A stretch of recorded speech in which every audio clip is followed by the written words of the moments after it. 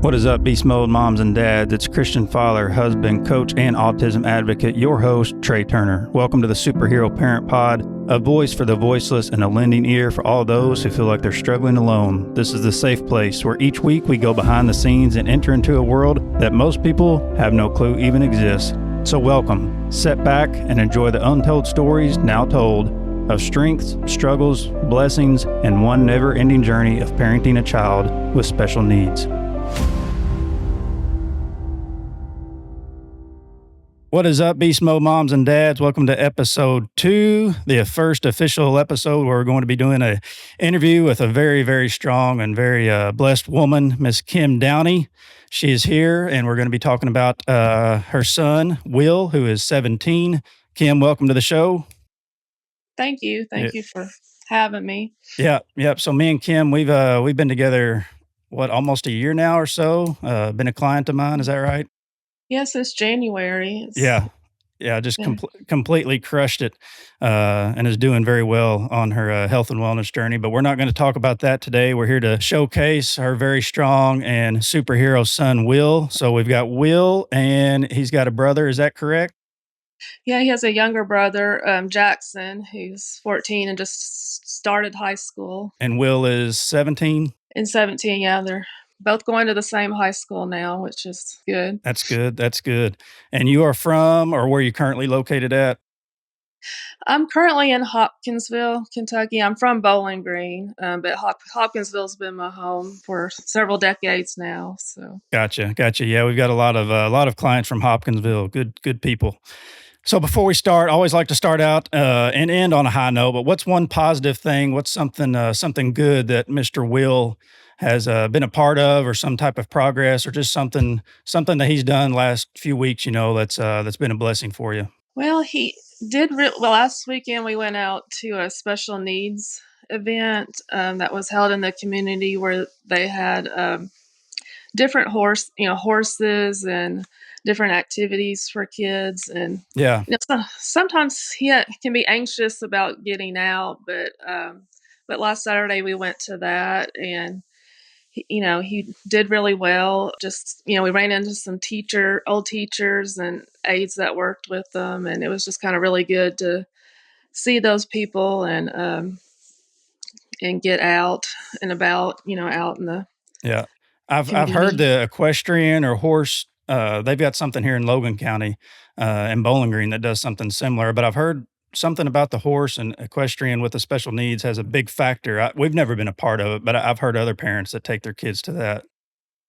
Yeah, Will's not a huge fan of horses, but he, but he did kind of like getting out and just kind of seeing, different people, and just being able to, see some of his friends from school that were there. So it's crazy how many like events and conferences or types of those get-togethers that you go to, and you see old teachers, old therapists, old para-educators that was with your kid from years ago, but they remember him still. Yeah, a lot of the, the teachers that we saw his old elementary teacher and his aide that worked with them in elementary school, and they were really like family, to us. So it was just kind of good to see them again and see their faces, and just, because I was really blessed to have them. They really treated them like Will was their own. So it was just really. And that's hard when you lose that person too, because we're currently going through that with Isaiah's teacher that he'd had for the last 3 years, and she left and went to a different school. So that's a tough transition when that does happen.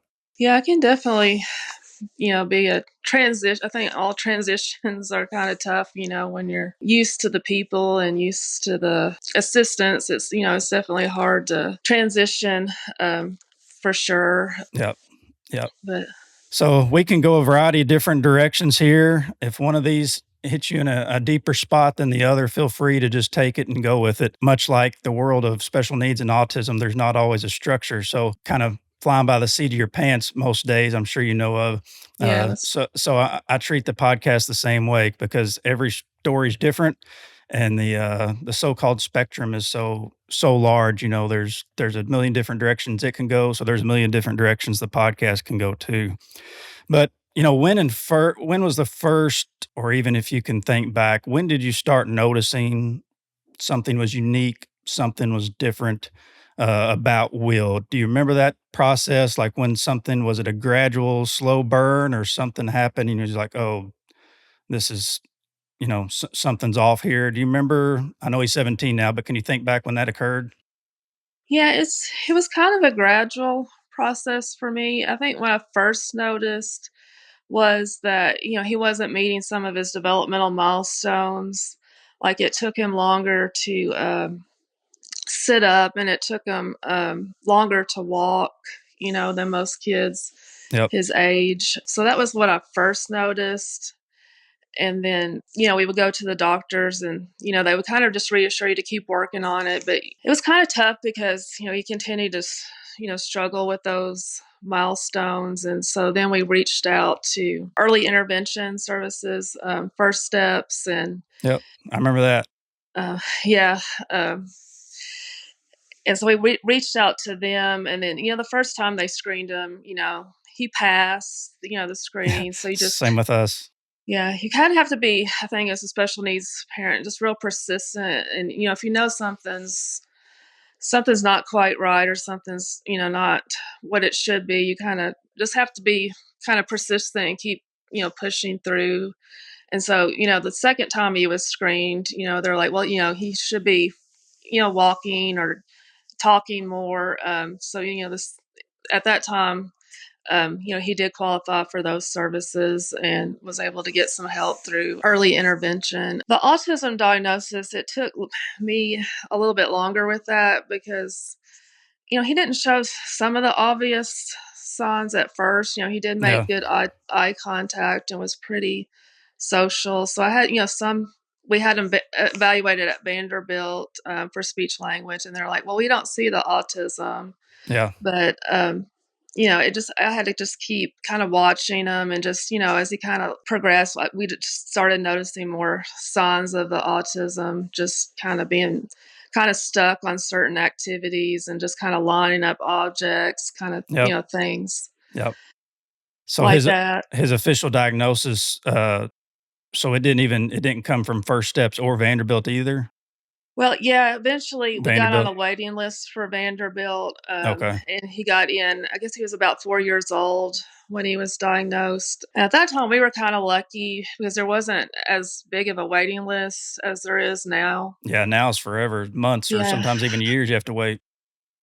yeah. I see parent. I also work as a school psychologist, so I talk to parents all the time. They're trying to get a diagnosis, and it's kind of frustrating for them because they're on the waiting list sometimes for a year Yep. or two Yep. or more. So I try to give them resources of different places I know where they can get a diagnosis, but it can be hard when you're waiting so long and you just, want answers about what's going on. But finally we got into Vanderbilt and he did get that diagnosis. And, that really kind of helped to kind of know what was going on and kind of helped me to focus on, What's next?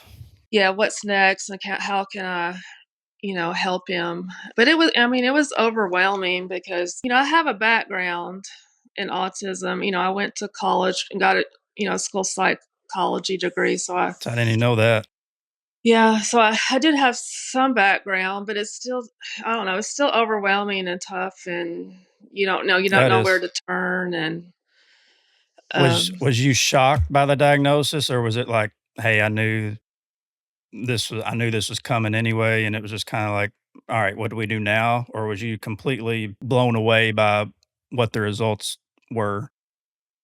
well, I feel like in my gut, I knew that it was Yeah, the mama knows. diagnosis, but I still feel like it was hard to accept that that's what it was. And you don't really want that for your child. It's still kind of I think it's a grieving kind of process, just Yep. kind of being able to accept it. And because I kind of wanted to be in denial about it. If I just keep pushing harder, if I just keep working on them, if I Yep. just keep doing the right things, maybe I can fix it and it will be better. I can solve it, but you just have to go through the process of accepting it and then just doing your best that you can to, help your child, the most that you can. Yep. Um, I know for us, it was I didn't realize it was so difficult to get diagnosed. I thought you just went to a doctor, and they said yeah, he's got it or he don't. And just finding someone, we was just lucky to find someone in Bowling Green that specialized in it, and she doesn't even do it anymore. But it took us so long because First Steps, the first 2 times that they came out, they said Isaiah he was sociable, eye contact, he passed all the tests. And so if we just stopped there, it would have delayed him getting the help that he needed. But those first 2 times that First Steps came out, they said, yeah, he's not autistic. Yeah, I think my experience was similar too. I think some of the first therapists I ran into were like, everything's okay. He's delayed some with his motor skills and his speech, but they didn't really point me in the autism direction. Yeah. Yeah. But even knowing what I know, it was kind of hard to accept that was, Yeah. a And I've heard from a lot of mothers, they feel guilty or like they did something wrong, or could they have done something different? Could their diet have been different? Did you feel any of that? Like, did you start thinking, is this my fault? Or was it just, this is what, the hand that God dealt me? I felt a lot of that at first. Just, what did I do wrong during the pregnancy? Was it because I took some Tylenol, or maybe because I Yeah. had a soda, or Yeah. you really do kind of blame yourself. But I think that's something I really had to work on, just accepting that, it wasn't something that I did to cause this. It could have been, there's a lot of just different factors that can go into causing autism. You just don't really know. There's so many Yeah. components, and you just kind of, I don't know, I've just really had to work hard on moving past that and just concentrating on what can I do for my child and what can I do for myself, and just kind of just staying in the moment and just focusing on what I can do. Because I think a lot of parents, you kind of get caught up into that shame and blaming Yeah. yourself, and I just don't think it's kind of good to go down that Yeah. It's that whole It's uh, hard because you do wanna grieve, but at the same time, you're like, "I've gotta push forward and do what's best for my child." He needs me there as a sign of strength and getting him the resources and tools that he needs. So, the grieving process, I've met a lot of people, like, they never did completely grieve it. Their kid's 12, 13 years old, and they never actually did take the time to sit down and truly, my child was never, what they had planned, I guess you could say, of becoming, whatever they had in their head before their child was born isn't what occurred. And they never went through that process. They just went, okay, what's the next therapist we got to see? What's the next, school we got to get him into? What's the next blah blah blah? And then later on, it kind of hits them, and the sadness and the grief doesn't come till later. Or even for us, sometimes we're still processing it. And Isaiah's 7 now. Yeah, I know even with my son at 17, sometimes I still, that grief will come up because I'll see kids that are the same age with him, like neighbors or people I know, and, their child is having their senior year and, driving and, Yeah. doing all those things that normal kids do. And you're just on a different journey than them. And it's still sometimes, that grief can come up, but I just try not to live there. I just kind of try to, Yeah. You sometimes I'll can't. still have, meltdowns and just have to have a good cry or just kind of get those emotions Yeah. out. But you can't just stay in that place. You just kind of keep moving and just kind of appreciate your child for who he is, and just kind of be thankful for all the people you have in your life that really love him and Yeah. appreciate him. Has a really good teacher at the high school, and a real That makes a good world of difference. yeah, a good aide, Miss Jana and Mr. Vance, that really work with them, and they're really patient with them. And he's real, when he was first diagnosed, I just really, really wanted him to talk, and I really pushed him. And so now he kind of just talks nonstop, and I'm like, oh, Yeah. Give me a break. Yeah. give me a break. Quit asking me the same questions. Yeah. I've been there. Is he a big, does he do a lot of scripting, like repeating the same? Yeah, he does a lot of scripting, and he'll ask me the same question like 20 times. I'm like, finally, just like, Will, Yeah. Yeah. I'm like, give me a break. I just need to be able to breathe for Yeah. That's a that few minutes. that's Isaiah. Uh, He's stuck on a couple things right now, and it's just like, whew, sometimes I got to go in a different room and regroup and come back in, and then another set of 20 questions comes back. yeah, I have to do that the same thing. Like, sometimes it just gets so overwhelming that he'll ask me the same questions over and over. And I'm like, oh, just give me Yes. 5 minutes. Yep. He's doing better about that. He'll, if I tell him I just need a break, he's like, "Oh, you need a break," and then, sometimes he'll give me a 5-minute break, and then I can come back and just kind of be a little bit more. So he's completely verbal then, He's verbal, but his or speech is very difficult to limited understand. Like limited? I kind of describe it as it's kind of a different language. Like if you're not familiar with them, Yeah. um, it's very difficult to understand his speech. And I think sometimes when people hear us talk, they're like, "Oh, they're talking their kind of their own, Their own little world. own world or own Yeah. language." It really is. I forgot who asked me that the other day, but they was like, it was in my men's Bible study. And, when you're trying to explain to someone else about it and they don't have a child with special needs or have ever been around it really, and you just see that like glazed look in their face, like they have no idea what I'm even talking about right now. The the gap between like talking to someone with an autistic or special needs child and someone that's not, I often refer to it, it's almost the same or even a bigger gap as talking to someone with kids and someone who doesn't have kids. Like it's that much of a difference. Like when you have kids and you're talking about the struggles, someone doesn't have kids and they're like, "What? You don't get any sleep? You had to do all this. What are you talking about?" It's the same thing. Like you live in this different, almost different dimension, different world. You do have to learn an entirely new language. Everything you do throughout your day is like second and third guessed and planned out before it even happens, and then you gotta have a backup plan if all these other things happen to not go okay. It's like you're living almost 2 different worlds, at times, it seems. Yeah, I agree with that. It is kind of, hard to explain if you've never really been in the shoes of being a special needs parent. It is, it can be a whole different world. I think I was watching some of your videos talking about your child was having a meltdown and you're just trying to get in your food and nutrition. You just had to take your Yeah, oatmeal out with you while he was yeah, having a meltdown and just trying to yeah, calm him yeah, at the same time. And I was like, well, I was like, Trey can definitely relate to what I'm yeah. It's like going through. another full-time daily job that you have. It's pretty much like being hired out as a contractor for another completely other job, and it's every day almost. Some days are better than others, but yeah, there's always in the back of your mind, always that level of things could go really wrong here or things could go really good, and we don't know which way it's gonna go. And that feeling comes up periodically. Even if nothing is happening bad, you're always thinking ahead, what do we need to do to make sure that things go as smoothly as possible? Yeah, I think that's one of the hardest things for me. I just feel like I'm always on a heightened state of alertness. It's hard to Yeah. just Chill. kind of be calm, even in things where you need to relax and just enjoy Yes. the moment, especially like vacations or if Oh, yeah.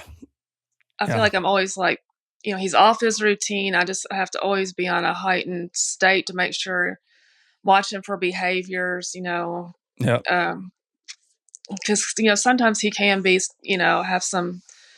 If he gets overwhelmed and frustrated, he can have some, acting out and aggression and hitting and Yeah. melting down. So I feel like I'm always, like you said, kind of just on a heightened state of alertness, which can be really Yes. stressful. Yeah, it can. It's hard to relax even when when nothing's going on because 'cause you've lived in that same level for so long. It's like, "All right, we can be down here now," but it's hard to just make that jump. Yeah, I think that's kind of one of the things I struggle with is just being able to kind of unwind and de-stress and be able to handle, I guess, those emotions. I think I've gotten better with it the older he's gotten, but it's Yeah. still kind of a daily struggle. You're always kind of, having to anticipate what can. Would you say his struggles have gotten worse or better, or they just get different as he's gotten older, or some things have improved and other new things? Because Isaiah's still he's still dealing with some of the same stuff he's always dealt with. We haven't really gotten introduced to any new struggles. They're the same thing. Some of them gotten better, some have gotten worse. But I guess that's one of my biggest fears too. When he gets teenage years and 12, 13, is he going to be more aggressive? Because he's pretty strong right now, and he doesn't act out or, hit and do anything terrible now, but as for Will, has it gotten better, worse, new things, and the best part he's ever been in, or I think some things have improved, and some things have been tougher since he's gotten to be a teenager. yeah, I think some of the things I've seen improvement in is he is, somewhat able to tell me a little bit about what happened, at school. He can tell me a few things. He started to do that the past maybe year or so. He'll tell me just a few things, small things about yeah, what happened, which is hard as a special needs parent when they can't tell you yes,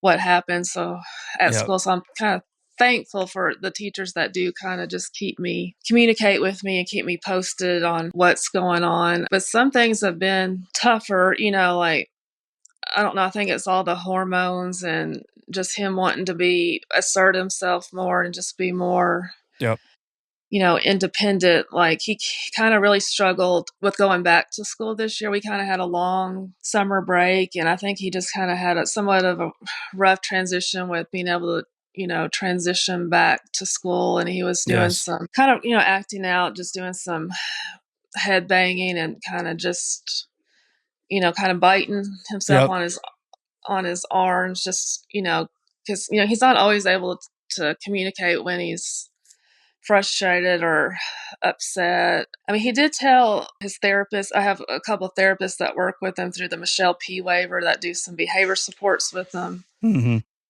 in the afternoon, and he was able to tell he didn't earn his toy or reward for that day, and he was able to tell her that this makes me mad and this makes that's me, good so that's a start. that he's expressing himself. Yeah, I like that. Yeah, but I don't know, some of those hormones running through him, and just I don't know. He can just, I think he's just wanting to assert what he wants more, and not, and sometimes that can interfere with what I need him to do or want him Yeah, yeah, to do. and he can't communicate that as effectively as he'd like. So I can't imagine. I tell everybody like I would just like to be like one day I would like to just live inside their head and just feel and just actually feel what it's like. That way we would actually understand and get a true understanding of how frustrating it must be to not be able to express yourself the way that you want to. Yeah, I know. Yeah, it would be nice to kind of be able to kind of see, what all is going Yeah. through their head. Um, Is his therapist do you all go to an actual, like, a pediatric clinic, or they come to your all's house? How is your ABA, occupational speech, all of it, or just a mix and match of them? Well, we do. Right now, we're doing like behavior supports through the Michelle P. And they do have an office here in Hopkinsville, but they're pretty flexible. If Yeah, you need them to kind of work with them at home, they can. But they also work with him, at the office. But we used to do outside, speech therapy, but it just kind of got to the point where he was acting out when I was taking him there and just not wanting to do it and just kind yeah, of, and that's one of the things that's gotten tougher as he's gotten older. If he doesn't want to do something, he'll just have meltdown. a meltdown or a behavior, just kind of act out more, and then he kind of feeds on that, knowing, oh, that got me out of that So I can last do it time. again. I can do it So again. Yeah. let's just do that again, and I that's know all too well. Yeah. that's working Yeah. for me. So Well, I guess we're blessed. Isaiah asked for therapy when he knows when it's Thursday. He asked for therapy, and we've been lucky with that. But the need for therapists, like he's lost his occupational therapist. He's lost his behavior therapist. He hasn't had behavior therapy in 2 months. He hasn't had occupational in I want to say 6 months, just because our routine, our schedule changed, and so then you got to start the whole process back over of getting him back in again because the times that you used to have, you can't go anymore. But we noticed a huge change when he doesn't have that, and those same people that he's used to going and seeing, every Thursday, and then all of a sudden they're not there. He doesn't. He's still asking for Miss Emily, his behavior therapist, and she's been gone for almost 3 months now. And so that's heartbreaking trying to explain to him, hey, Miss Emily doesn't work there anymore. We're waiting for someone else to get hired, and then their schedule match up with yours. And so that just the normal daily stuff of like what normal people would think going to a doctor appointment or something like that.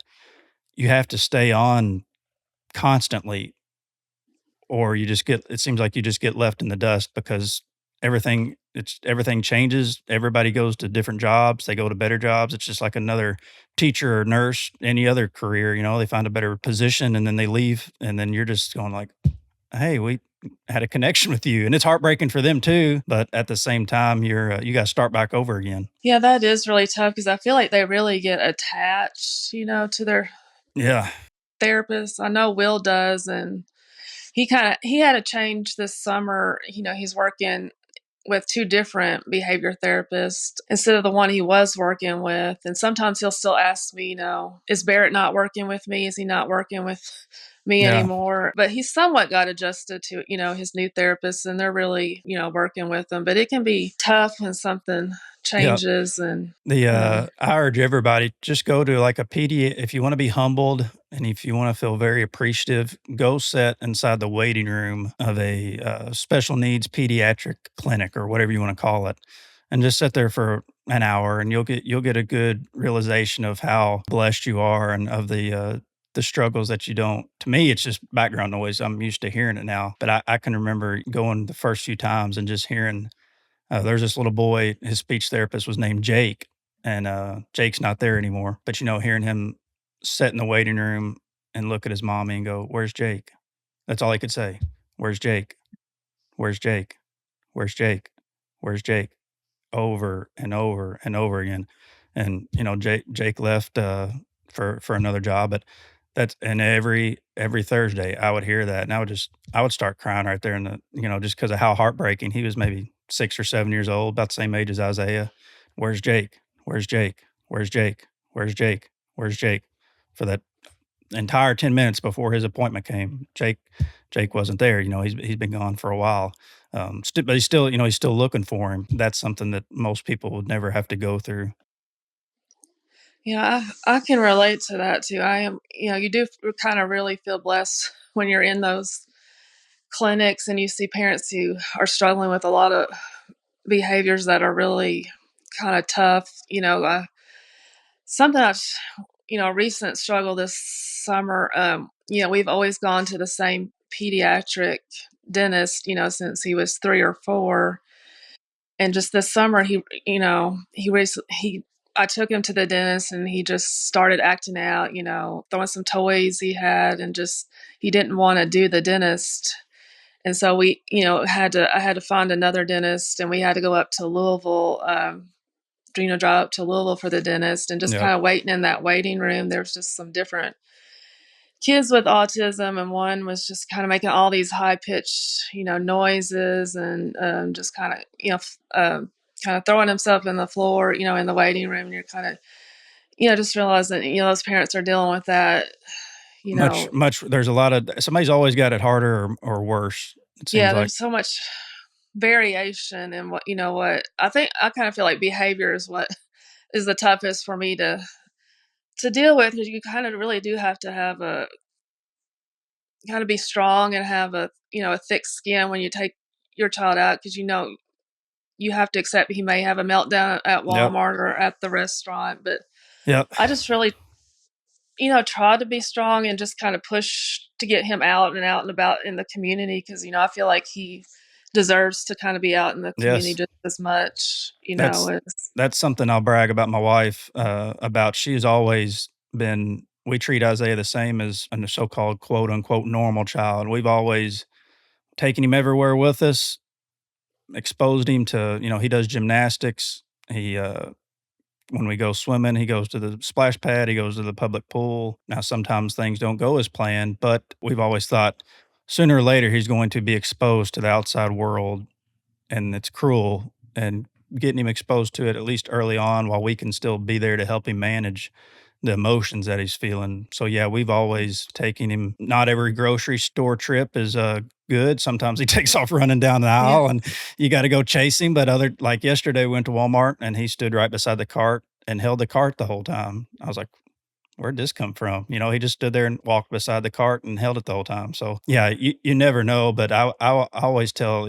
don't hide them or shelter them or make. A lot of times we feel like it's going to be a burden on other people that we bring our child out and they disturb, whatever. And it's like, if those people are thinking that way, then they need a dose of it just to, let them see what we're dealing with. I work with kids that are transitioning from first steps into the school system, and I work with a lot of parents who, with children who are, young, 2 or 3 years old, and a lot of those parents, it's hard for them to get their child out and about, and Yeah. I think that the tendency is, I just want to stay home and just keep my child at home because I'm worried about, what's going to happen Yep. when I do take them out. But I just kind of try to encourage them to, get their child out and about because they, deserve to be there just as much Yep. as any child. And it is tough. I still struggle with it to this day. I kind of had a little meltdown over the summer. Just, he had acted out when I took him for a haircut. And I don't know, I just had to, talk to one of his therapists, and he just kind of reminded me, he's like, Kim, just, that's on them. If they're going to look at and stare at you and judge Yeah. you, that's kind of on them. It's not on you. You're doing what you need to do to get your, you're doing what's best for your child, and, you're doing what you're supposed to be. Just, you kind of have to just tune that out and just not worry about the stares and Yep. what people are thinking about you, and Yep. you just have to kind of just let that go. And Yep. I think too, like, just because of Isaiah, it helps. It's completely changed me. Like, I don't judge anybody anymore. Like, after there to every downside of the autism, there's an upside. Yes, your child is going to be judged and stared at more often than you'd like, but also you learn not to judge and not to stare and not to think like, when I was probably a teenager or something and would have been around someone like Isaiah or out in public, I would have just thought, "Man, that kid's acting up. He needs a spanking," or that those parents aren't making him mind, or what's wrong with him, because I didn't know anything about special needs or autism. And looking back, how Isaiah will never know what it means to judge somebody. Like he doesn't have that ability. He'll never know what racism is or stereotype or he's never going to have to worry about judging someone based on what they wear, how much money they have, what they look like, nothing. And I'm thinking, man, that would be awesome to not even have that filter in you.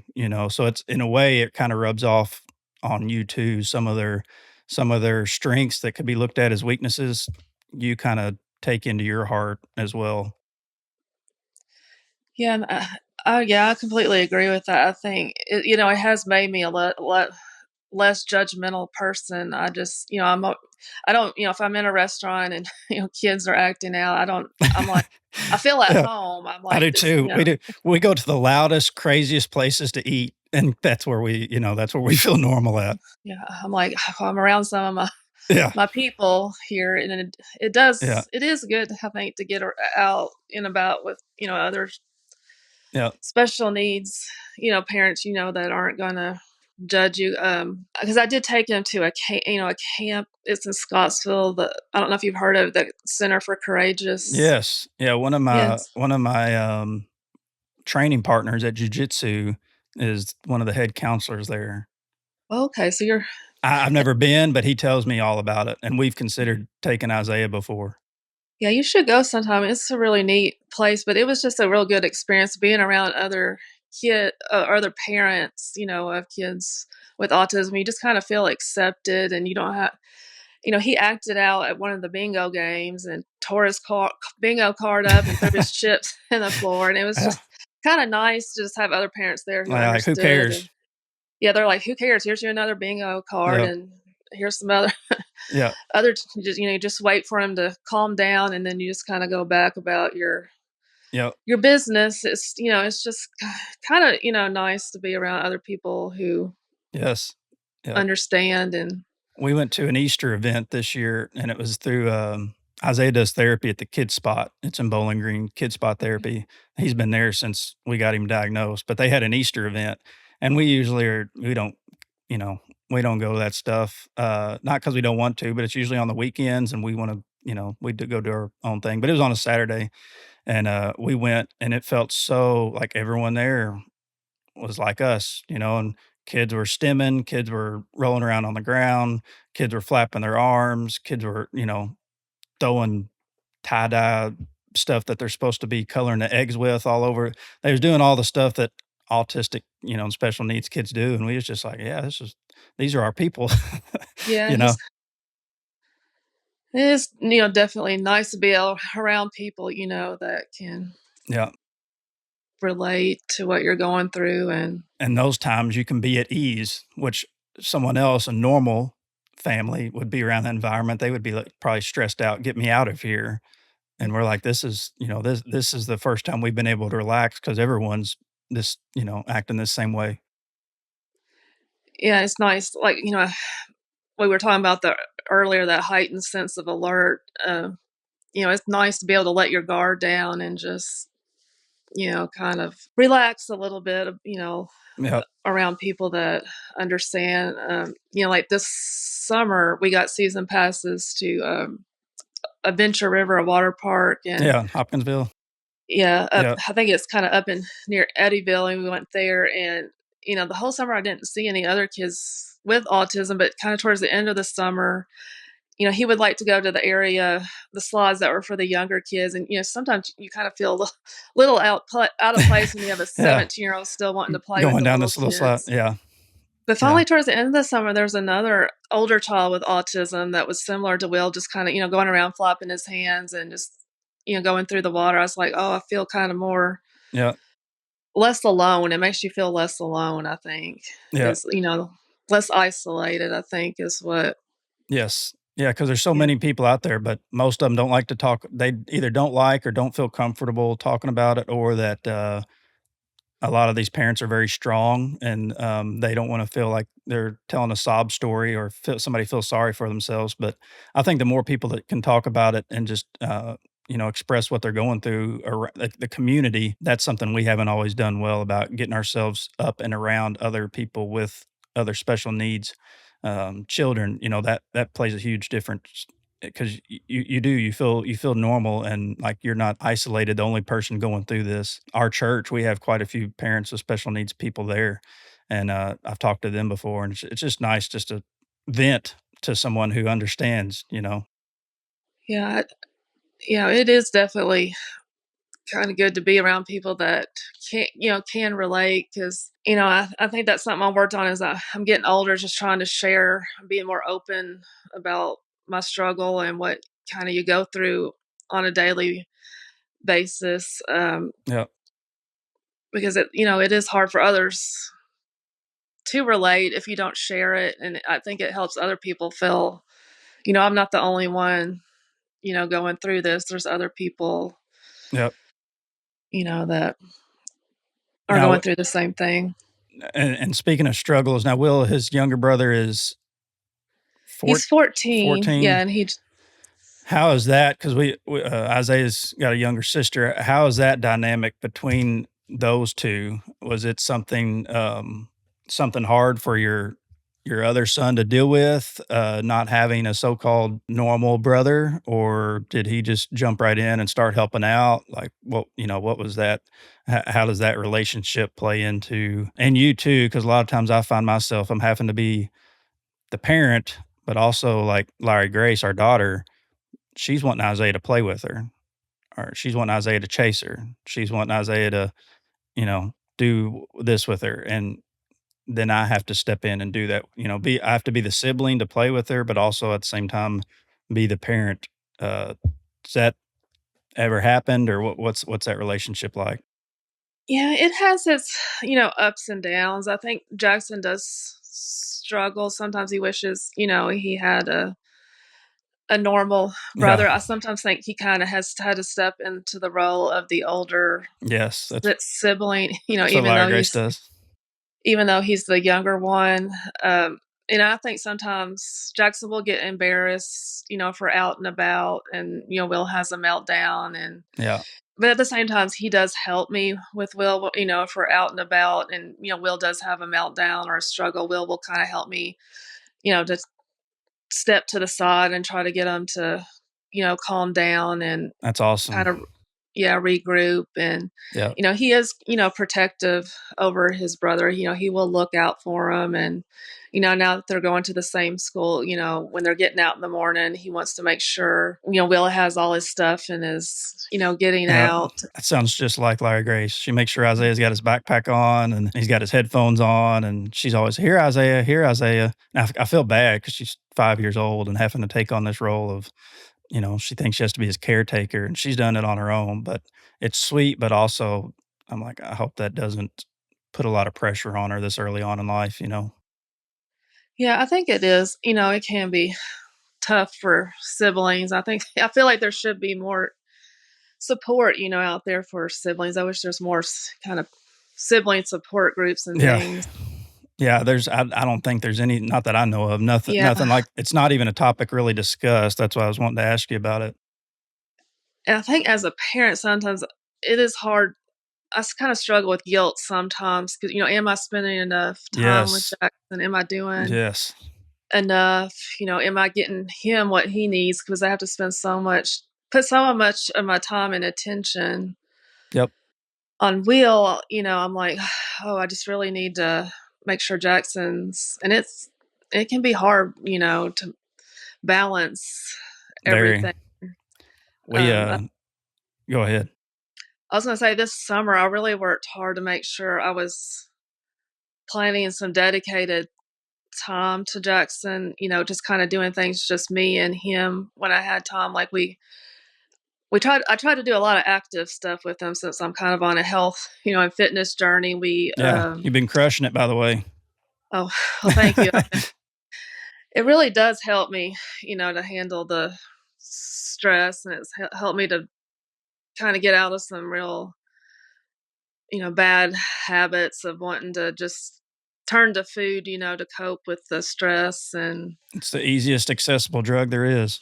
yeah, it's really easy to come home to a bag of Oreos or cookies and Doritos, yeah. yeah, and turn to that. But I feel like I've really, made progress with that from where I started with. I'm kind of looking for other outlets to deal with that, Yeah. stress and emotions. But I've been really focused on doing some active things with Jackson. We went kayaking, did some, we kind of took up pickleball, kind of trying to play that. And then Yep. we went and did some zip lining and climbing. And I was kind of proud of myself. I was able to do some of the, more difficult, Strenuous stuff. strenuous stuff than I would Yeah. have, I had still been, overweight. And Yeah.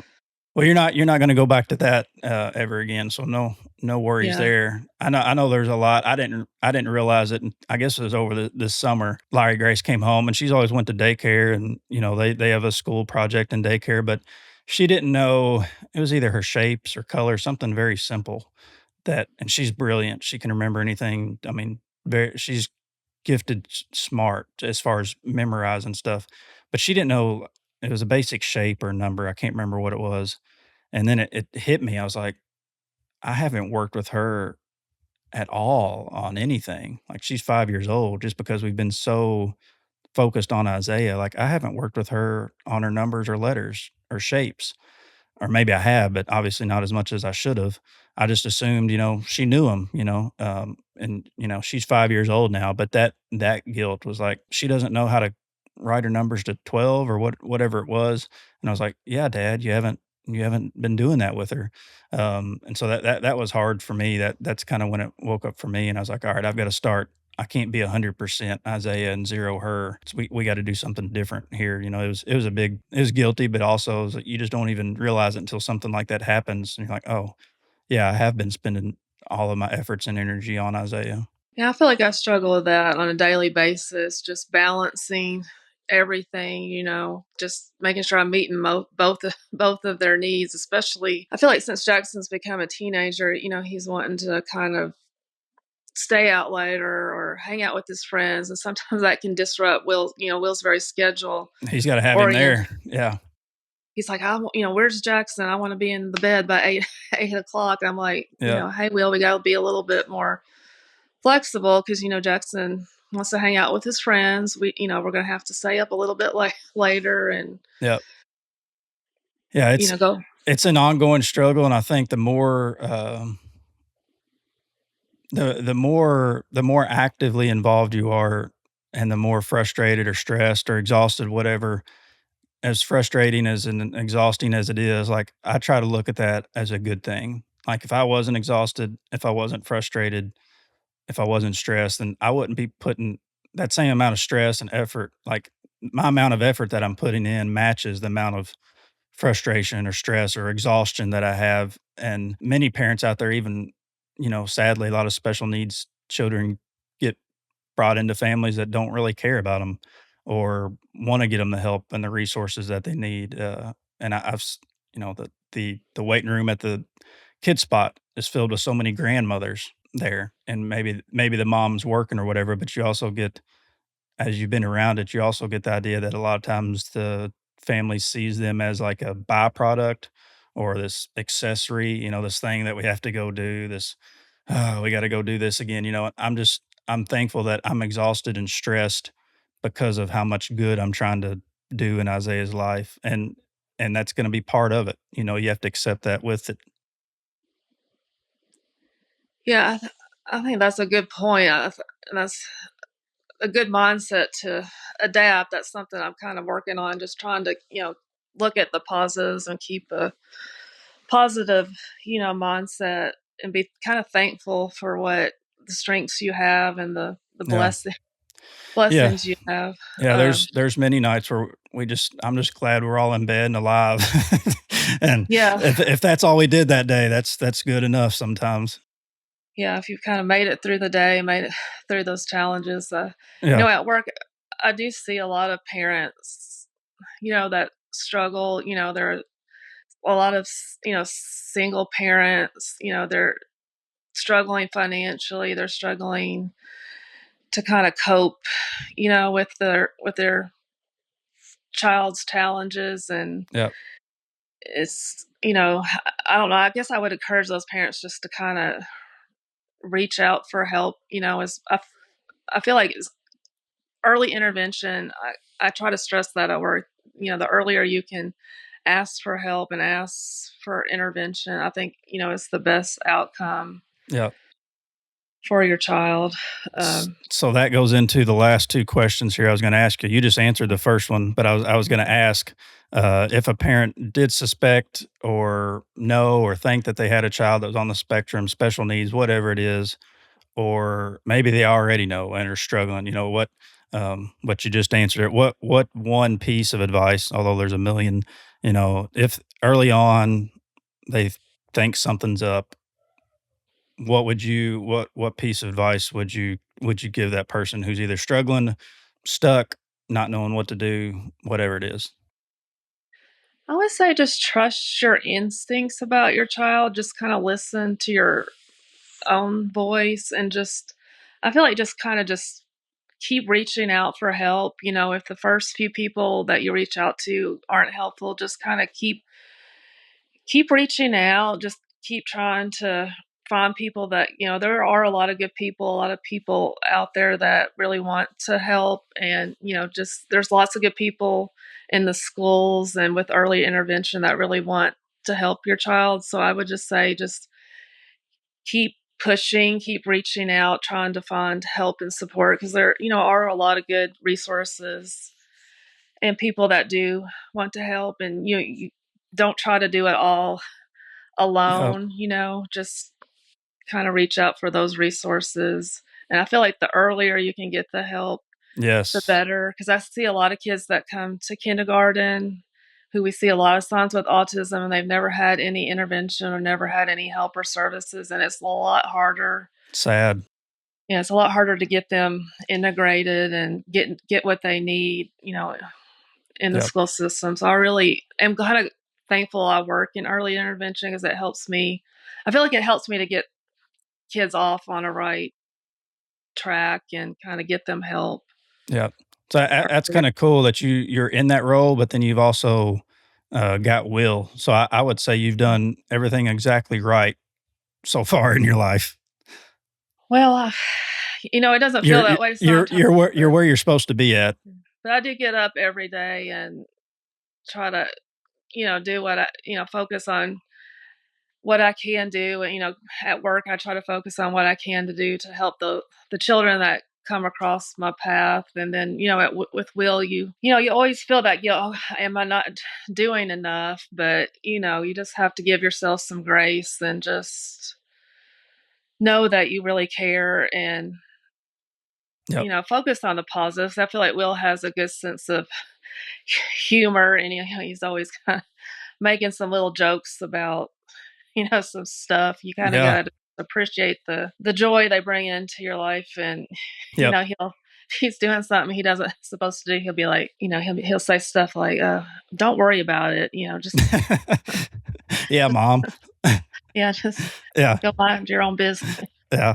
business. But And then last question, I'm gonna let you go. I know you got a busy day. What's the one misconception, false belief, stereotype, or I don't know what you want to call it, but what's the one thing that someone from the outside, a normal family, a normal person would think or believe about someone with special needs or autism that maybe you thought as well and now have found out not to be true, or you've learned through your own experience? What's one thing that you're like, nope, that's not the way it is at all. This is actually what it is. I think maybe that your special needs child does bring a lot of joy and happiness, into your life. It's like you said, they really are pure love. I feel like they really, what they feel is so pure and so Unfiltered. unfiltered. Yeah. Like, Yeah. when they have joy about something, it's just, there's nothing else like it that I've experienced. It's Yeah. just the pure love they feel with you is just something I've never Yeah. experienced up until now. Will can just be so excited over just some small things, like a small toy he gets, or Yeah. something small that you do for him. He's like, "Oh, you did that for me," or it's just that Yep. pure And emotion that's so, it's organic. yeah, it's organic. Like, I think a picture you posted last night, just of you and your son. I think maybe taking a bath. It was just, Yeah. I could just see that soul connection. Like, you feel like you really connect with their inner Yep. soul or their inner spirit. It's Yep. just, I don't know, that's something that, I am really blessed with. And I can see that with, the teacher he has now and the assistant he has now. I feel like they really connect with him Yep. they see who he really is, and they connect with him on A deeper level. a deeper level. Yeah. Yeah. And that's something you can't explain to someone, like someone even with a kid who's awesome and brings them happiness. And you don't want to say like, no, you have no idea. Like, I know that kid makes you happy, but, and we're not discrediting it, but it's like, yeah, you really don't understand it until you have one, and you have one of those moments to where it's happy, but it's like a deep level of pure joy, and it happens spontaneously, and again, organic, it's unfiltered. Sometimes when Isaiah, like last night, when he looks in my eyes, sometimes I have to turn away because he'll make me cry just, Yeah. It's by looking at me. yeah, it is like that pure, it's something from God. I feel like it, Yeah. like, Yeah, it's something deeper. mm, Uh, we've got a little bounce house, a slide that's outside a bounce house, and, a couple nights ago, Isaiah took my wife by the hand and marched her up to the top of this 16-foot bounce house and made her slide down with him, and he just giggled and laughed the whole way down, and he climbs on it all the time. He brought my wife out there, and took her hand and walked her up, and then when he got to the bottom, he laid his head on her chest okay. and just smiled and started laughing, and that's like, you can't recreate that. In a million years, a million different kids, you could not recreate that scenario. Now, it may not happen again for another 6 months, something like that, but at that point, you couldn't have made her any happier by anything. That laughter and that joy kind of feel like it makes it Makes it all worth it.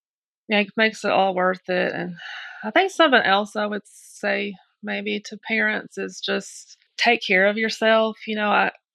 You know, you do sometimes feel guilty about taking care of yourself, but I am kind of glad I did start this journey with you because it does really, you feel so much better Yep. when you take care of yourself. And the exercising, it does help me handle the It's the best stress stress. relief there is. Yeah. Yeah, a lot better. So I always just say take care of yourself. Don't feel Fill your own cup first. yeah.